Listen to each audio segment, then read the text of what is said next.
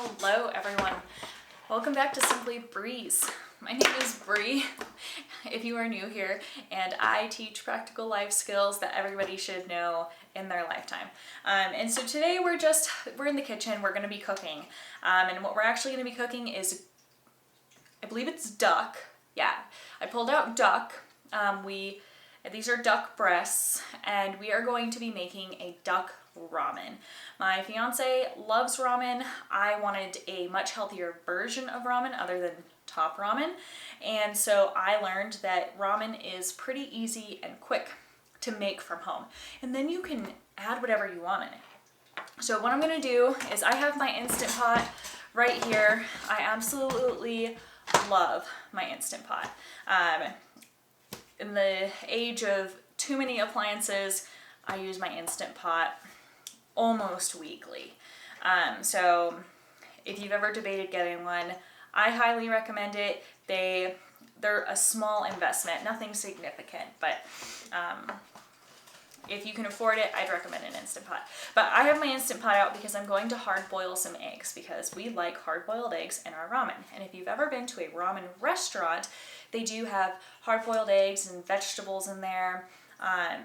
So I try to replicate it. I'm going to show you the twist that we do it. This is by no means a traditional, I believe it's ramen is what, Japanese? This is by no means traditional ramen. This is ramen that I have hodgepodged, experimented with, thrown things in, and it's just worked for us. My fiance loves it, I love it, so it's just what I do. I have experimented and added some more traditional like soy sauce, or I think it's called tamari, and I use rice vinegar. So I've started incorporating things like that. I used to use a chili garlic sauce, and then I ran out and I've never been able to find it again. It's pretty upsetting, and then I sometimes will add some sriracha to give it a little bit of spice. But I'll take you along on this whole process and how I do it so you can start making ramen from home, and you can ditch the ramen packets with all the MSG and other stuff that nobody likes. So if this interests you, stick around, but we're making ramen today. Hopefully you like it. So all I'm gonna do for my Instant Pot is I'm gonna take the lid off. It came with this little tray so you can lift things out of the Instant Pot, and then my Instant Pot is currently empty.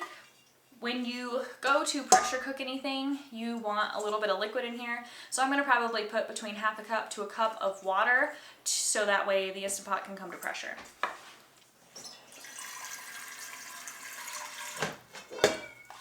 Right, so we put some water in there.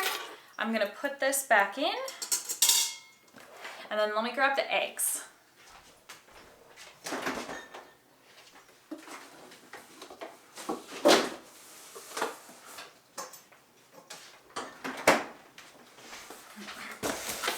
And I'm going to make up more eggs than we actually need for this ramen because we like to have hard-boiled eggs with breakfast, and I just don't make them enough as it is. So I'll probably cook up this entire top rack, or top tier in this egg carton. Let's see. Okay, so now I've got our 12 eggs in here. Make sure the seal is in.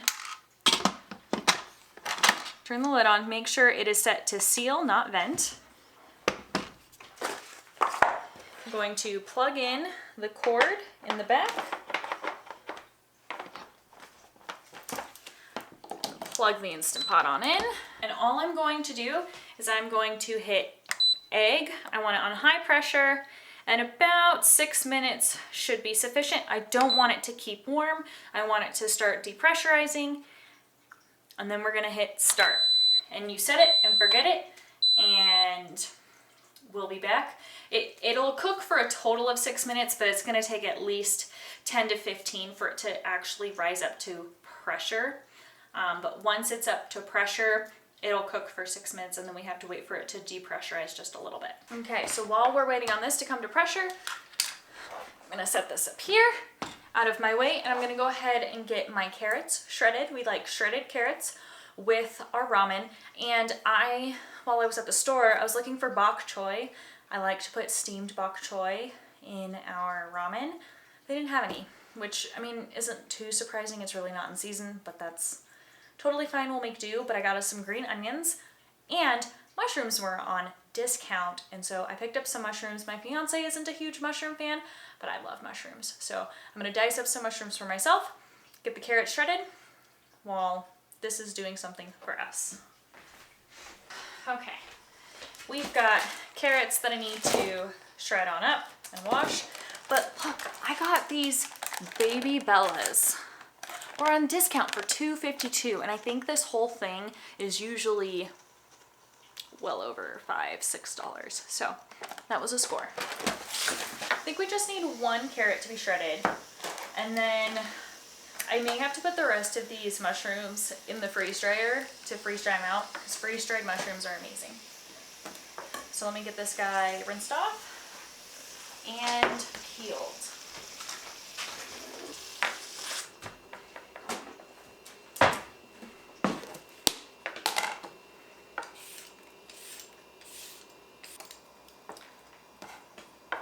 This is my compost bucket. I keep it under the sink, and then when it's full, I take it out to my rotating compost bins outside, and then it ends up in the garden.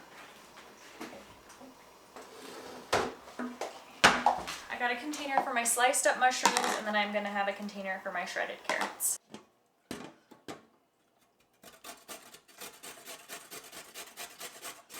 I like grating the carrot because it's just easier than trying to finely chop the carrot with the knife. And when you rinse mushrooms, you want to rinse mushrooms before you slice them up, because then they're not going to absorb water the same way. And I'm really just rinsing them to help get some of that dirt and whatnot off. But other than that, that's the only reason I rinse them. But people say not to rinse them once you've sliced them because they'll absorb the water.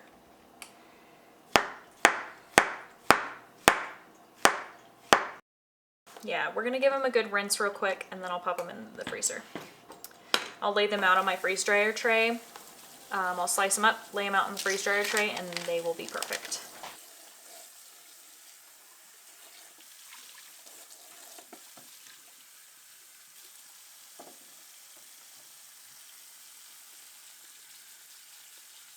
I'm just gonna hit this release valve, and it's gonna blow out all of the excess steam.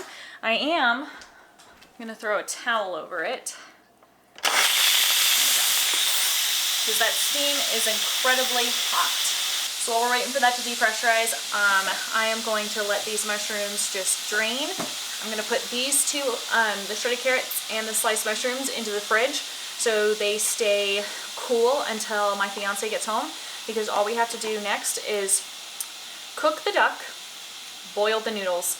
And I'm gonna boil the noodles in beef broth, and then we can just use the water we cooked the noodles in, which was broth. I'm gonna preserve it as I strain the noodles, and then that'll be the broth that we eat our ramen in as well. Okay, so the Instant Pot has depressurized, and this metal piece right here was raised, and now it's down, which means that the Instant Pot is depressurized. And you always, when you're taking the lid off, you wanna rotate it, and you wanna open it away from your face. And when you go to grab this inner pot, remember it's very hot. And what I'm going to do is I'm gonna stick it in here, throw in some ice cubes, and then I'm gonna run a bunch of cold water on top of this and try to drop the temperature of the eggs so they stop cooking. All right, so these have been soaking in some cold water for a little bit. As soon as these are safe to handle, I like to start cracking them. I find they're a little bit easier to peel. Okay, we'll put all the eggs in here. So compost bin, container,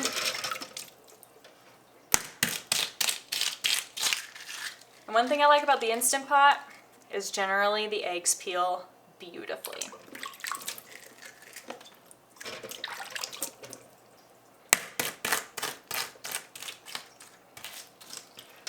And you don't have to pair hard-boiled eggs with your ramen. That's the wonderful thing about making this dish from home, is you can make it whatever you want. If you have shrimp, you want to throw shrimp in there, go for it. If you have chicken, do chicken.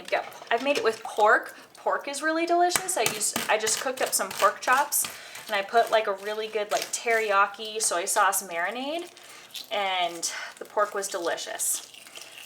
So I highly recommend if you've never made like a good non-boxed or packaged ramen, I encourage you to go for it. It is something we will never go back on. We have top ramen in the house just in the event of like an emergency kind of situation, or if my fiance has to fend for himself because I'm not home. But other than that, I don't like eating it.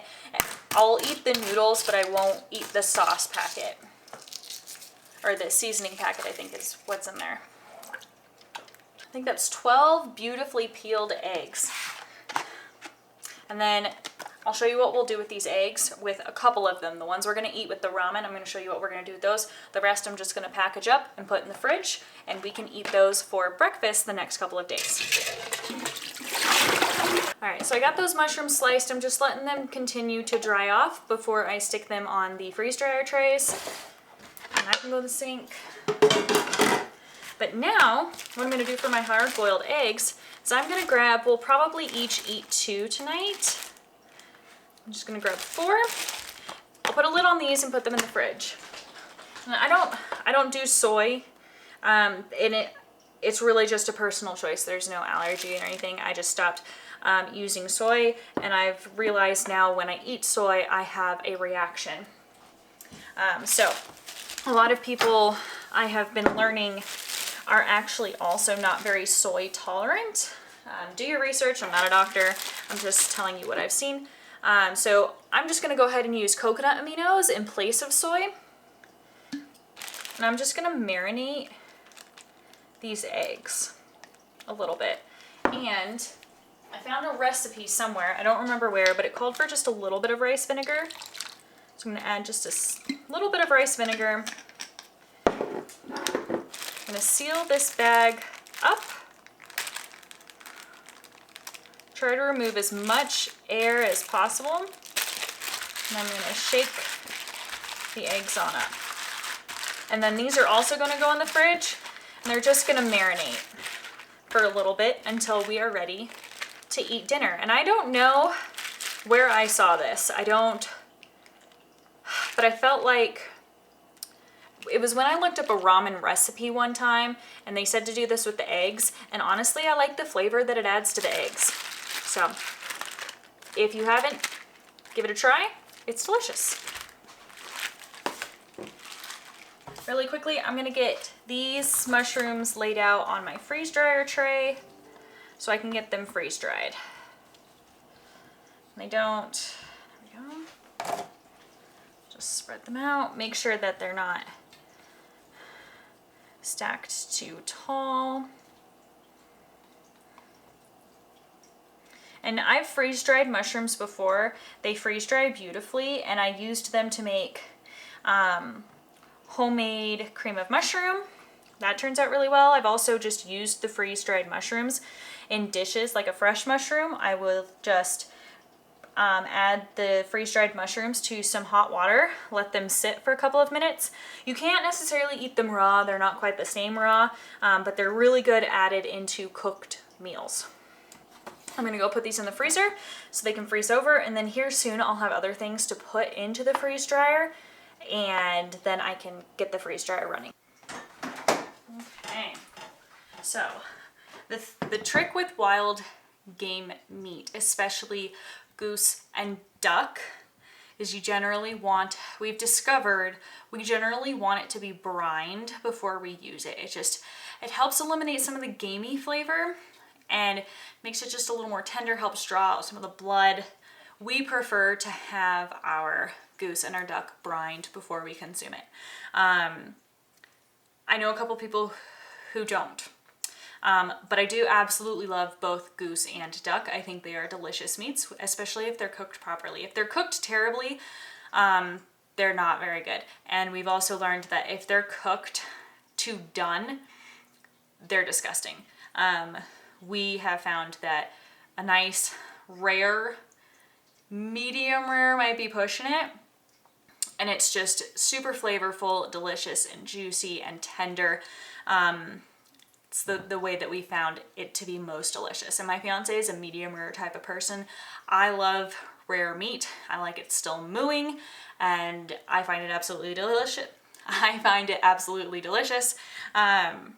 So that's my disclaimer where goose and duck are concerned, is I would recommend brining it, and don't overcook it. You overcook it, you tend to ruin it, pretty much. So now I'm gonna go ahead and dump the brine. I'm gonna rinse it off. I'm gonna pat it dry, and then I'm gonna season the breast meat. We don't use paper towels too often, but this is one thing we use paper towels for.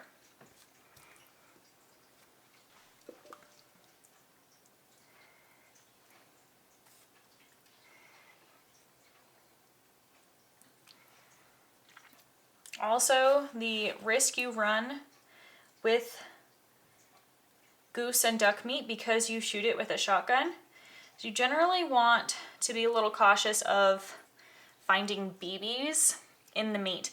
This shot looks like it was a through and through shot, so I don't think there's any BB in here. But that is always a disclaimer. If you're eating wild game shot with a shotgun, there's a chance that there is still BBs in the meat. Just because they're so small, they're very hard to find sometimes. Okay, now what I'm gonna do is I'm gonna pat these dry. There we go.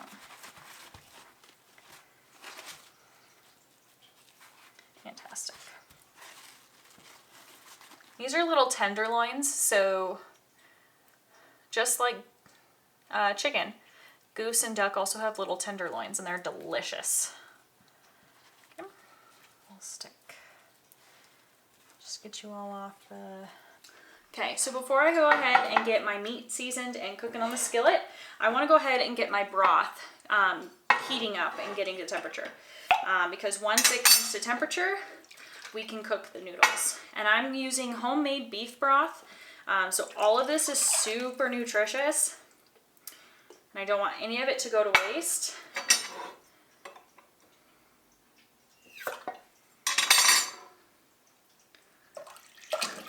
So we're going to use 2 pints of beef broth.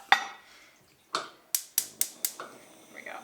We'll put it on high heat, and we'll get that to a boil.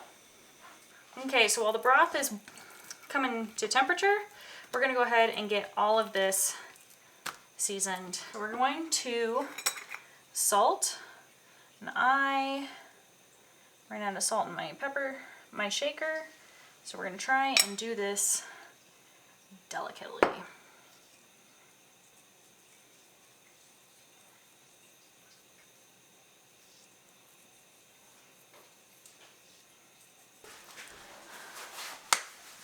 Then we're going to add some garlic.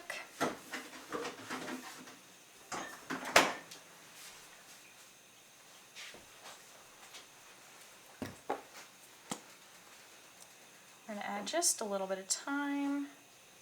We're also going to cook these in rosemary and butter in the skillet.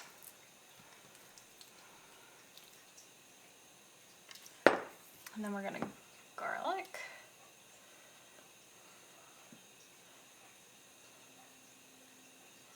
And this isn't the only way that you can season your duck. This is just the way that we found that we do really enjoy it. Now to our skillet, we're going to get it turned on. We're going to get it really nice and hot.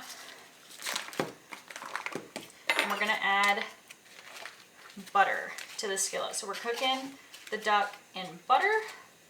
And then I'm going to add a sprig of rosemary to it. Okay.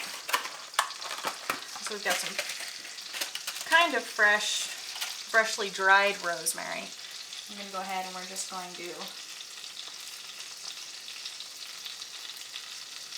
crumple it up, add it to the pan, and then the stick is compostable. And that smells absolutely amazing.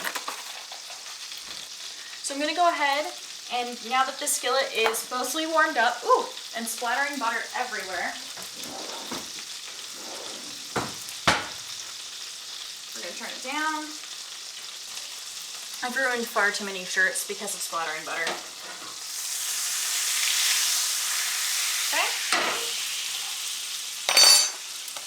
Now we're gonna go ahead. We're gonna add our duck to the pan.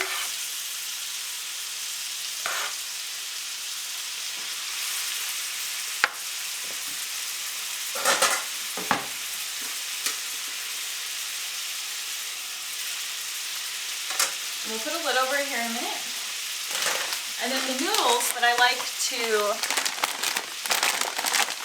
use, I got these from the Asian market that's local to us.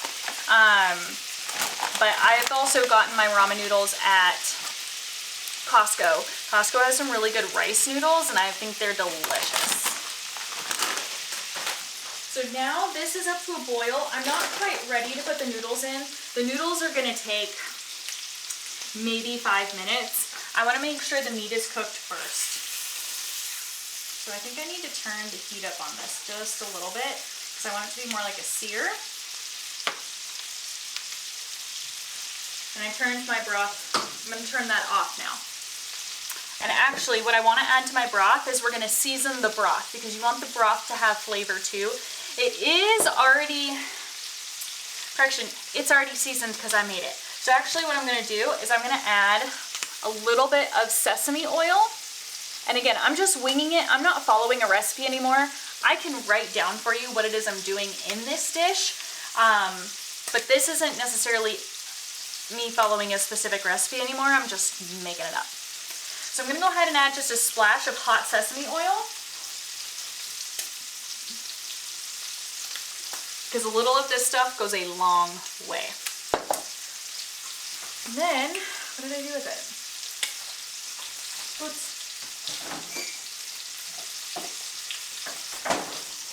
And I'm also going to add coconut aminos to the broth as well.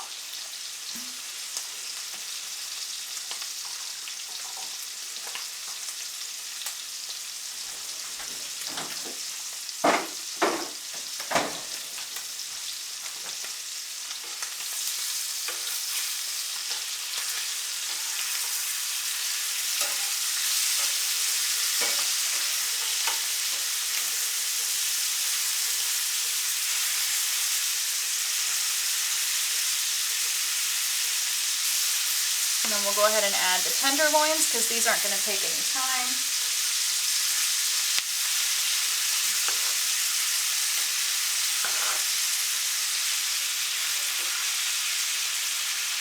Okay. These are just about done. We're going to get this to a boil. And then it comes in these nice little cakes. And so I just want one cake, but my fiance wants two.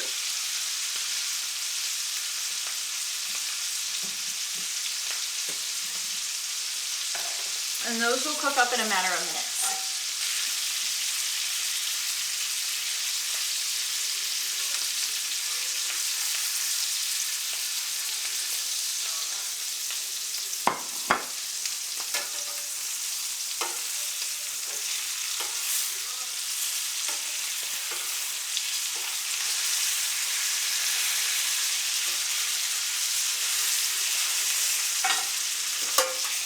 There you go.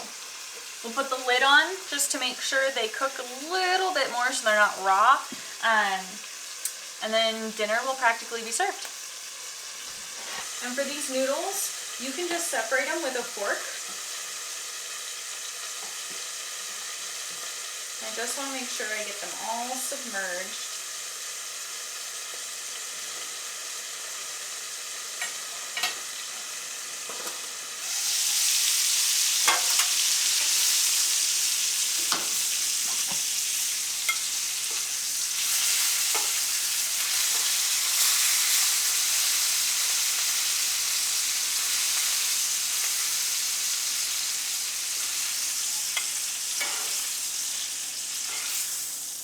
There we go.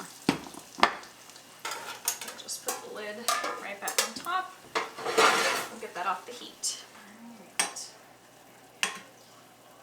say these noodles are just about done. Let's see.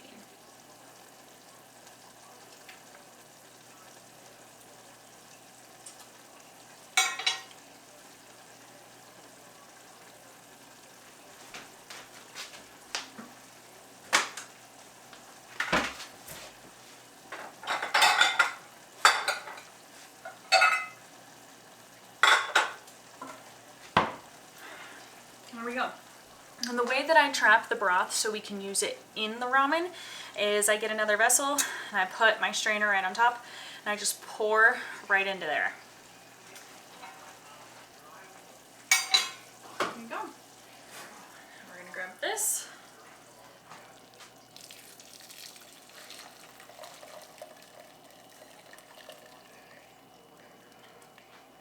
And the thing with ramen is the noodles are incredibly delicate, so you don't want them to sit in the broth unless you are ready to eat them. If you wanted to make ramen ahead of time, you would want to separate the ramen from the broth and kind of let it dry out a little bit, I guess is the best way to put it. And then you store the noodles not in the broth. And then whenever you're ready, heat up the broth again, pour it over the already cooked noodles, and you're ready to go. So I'm gonna go ahead and just set this aside over here.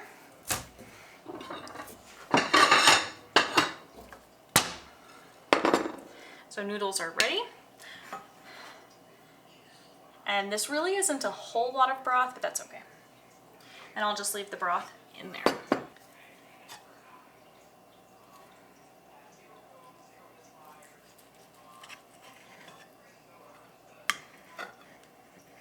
Oh, it's cooked perfectly, guys. Beautiful. There we go. Look at that. Perfectly cooked goose or duck. And then these little tenderloins are also cooked beautifully. Okay, and then we're gonna finish it off with some green onions. I'll show you how we're gonna assemble this whole thing.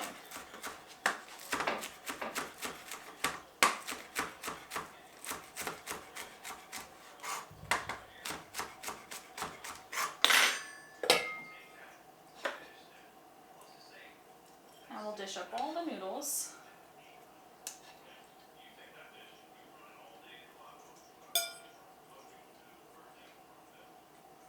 Say that's about good for me.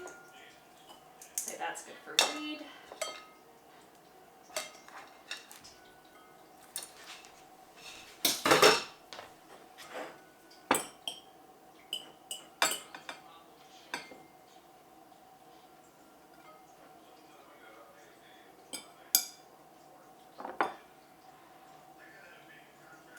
There we go. Okay. And then move this to the side. What we're gonna do is we're gonna slice this meat up into chunks.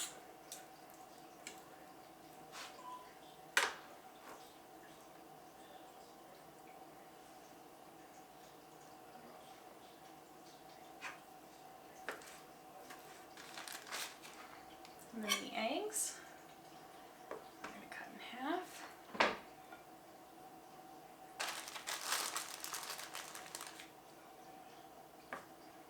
And then I want mushrooms. And then we'll both get some carrots.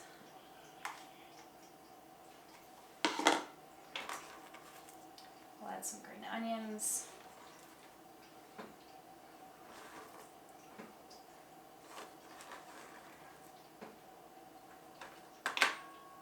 Lastly, I used to like to do bean sprouts, however, there have been issues with bean sprouts, so I went ahead and got us some alfalfa, broccoli, and kale sprouts.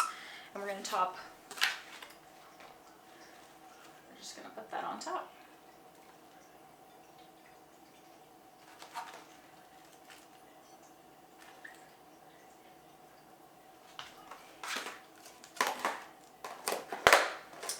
Just as some extra added nutrition.